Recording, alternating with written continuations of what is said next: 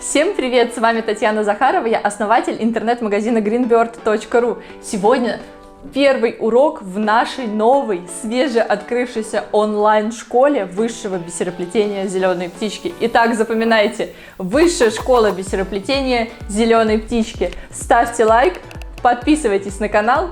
Поехали!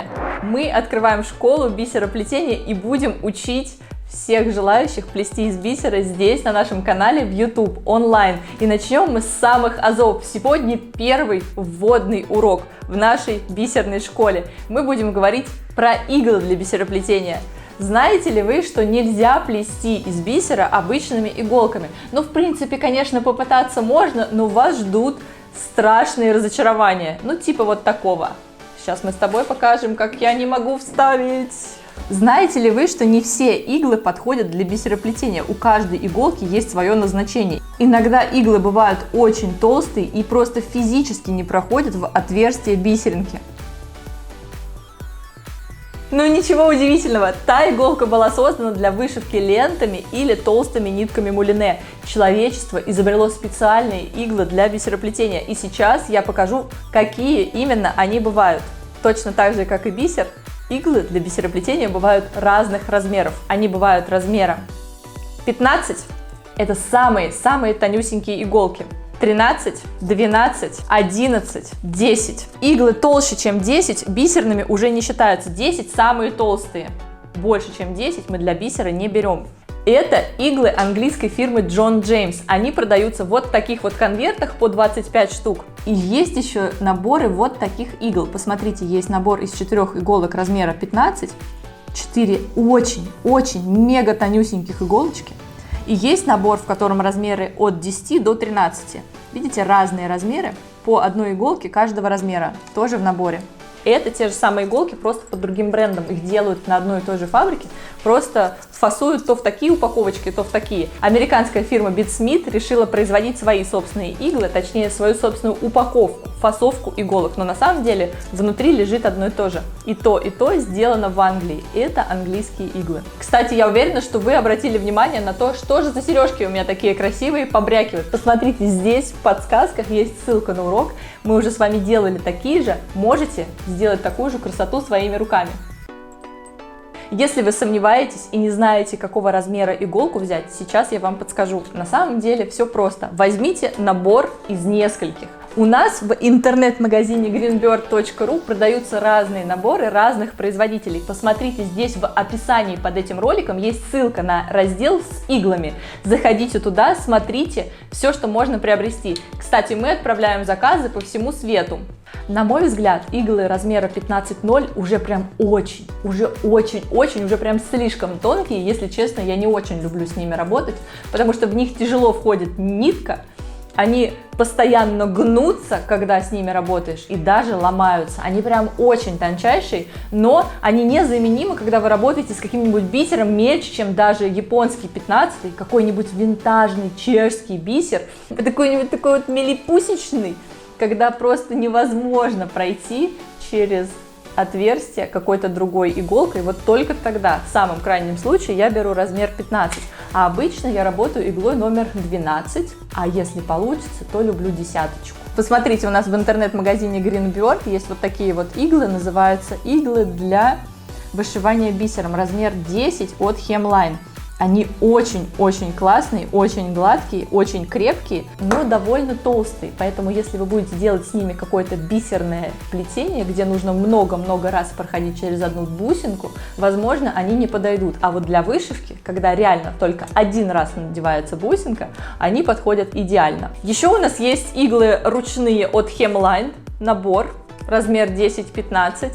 Отличные иголки, недорогие, сразу несколько размеров. Есть набор от Micron, есть набор от Pony, и есть еще вот такой вот классный набор игл от Miyuki. Они дорогие, но здесь есть уже и нитка-вдеватель, и иглы сами, заточка у них просто идеальная. Они гладкие, скользят просто отлично, прекрасно, приятно. Есть еще вот такие вот недорогие иглы от Pony. Они у нас продаются в конвертиках, и те же самые иглы от Pony бывают вот в таких вот блистерах. То есть, как вы увидели, иглы бывают совершенно разные, и я так подозреваю, что вы уже потерялись. Если у вас остаются какие-то вопросы, пишите их здесь, задавайте в комментариях, я буду смотреть, кто что пишет, и помогать вам отвечать на ваш вопрос. На самом деле, фишка простая. Чем дешевле иглы, тем они хуже по качеству. В общем, это покрытие с иголок, с дешевых иголок начинает сходить и иногда очень сильно портит настроение, когда вы работаете с бисером. Например, кончик иглы начинает цепляться за нитку, она начинает пушиться, и все становится не так, как нужно. Поэтому, на самом деле, выбирайте. Можно взять иголки дорогие, вот такие вот классные иглы. От Miyuki, здесь написано, что они сделаны в Японии. Это просто очень качественные, очень классные иголки. Но на самом деле, я вам честно скажу, никогда в жизни я не плела иглами Miyuki. Может быть, после этого выпуска я все-таки их наконец-то попробую. Всегда я экономила на себе и всегда плела самыми дешевыми иголками пони. В общем, здесь вы решайте сами и выбирайте сами, потому что даже самые дорогие иглы при работе будут у вас гнуться и изгибаться. Это нормально, потому что вы пытаетесь все время подлезть под бусинку, пытаетесь куда-то подвернуть, и всегда иголки будут гнуться, всегда иголки будут ломаться, поэтому смотрите сами, что вам нравится больше. Можно брать дорогие и наслаждаться каждым стежком, можно брать дешевые и тоже наслаждаться, но не так может быть долго, как дорогими. И напоминаю, что все иголки, которые вы увидели сегодня в ролике, продаются у нас в интернет-магазине greenbird.ru. Ссылка на них находится в описании под этим видео. Всегда, когда работаете с бисером, берите специальные иглы для бисероплетения размера 10, 11, 12, 13, 14 и 15. Чем больше цифра, тем тоньше иголка. 15 – это самые тонкие иглы, они подходят для винтажного, для малюсенького, для крошечного бисера с маленькими отверстиями. Иглы номер 10 уже не такие тонкие, они прям уже на грани, еще чуть-чуть и уже не подходят, но они отлично подойдут тогда, когда вы хотите бисером что-то вышить или сплести там, где не нужно проходить много раз через отверстие бусинки. Если вы не знаете, какие иголки брать, берите размер 12 или лучше какой-нибудь микс, где есть сразу все.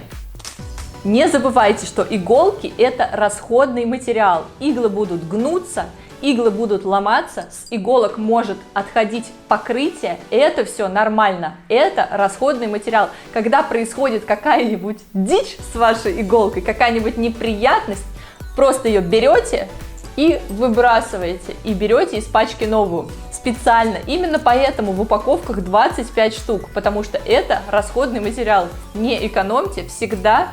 Когда у вас иголка начинает приходить в негодность, просто берете ее и выбрасываете. А когда вы работаете с иголками, я рекомендую вам приобрести магнитные кейсы. У меня вот такой вот большой кейс для игл, а у нас в интернет-магазине Greenbird они продаются совершенно разные. Есть и поменьше. Эти кейсы держат иголки внутри себя за счет того, что здесь есть магнитная пластина. Иголки прилипают к этой магнитной пластине и не вываливаются из коробочки. Еще одну важную вещь я вам скажу. Здесь у меня некоторые иглы сразу с нитками. Мне было жалко выкидывать нитку, честно. Я экономная хозяйка, я решила, что когда-нибудь она мне пригодится. Никогда не делайте так. Потому что когда у вас иголка на нитке, она может вот так вот раз зацепиться за что-то, за вашу одежду, выпасть, и тогда попадет куда-нибудь вам в бачок или еще в какое-нибудь место, может уколоть. Это небезопасно, никогда так не делайте. И самое главное, что ни одна из этих ниток, которые я оставила на когда-нибудь потом, мне никогда так и не пригодилась. Целых 40 сантиметров французской нитки, ну неужели я это выкину? Нет.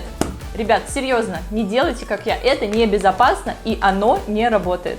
В общем, ставьте нам лайк, пишите комментарии, если что-то непонятно, задавайте вопросы, я с радостью отвечу. И увидимся в следующих выпусках нашей бисерной школы. Пока-пока!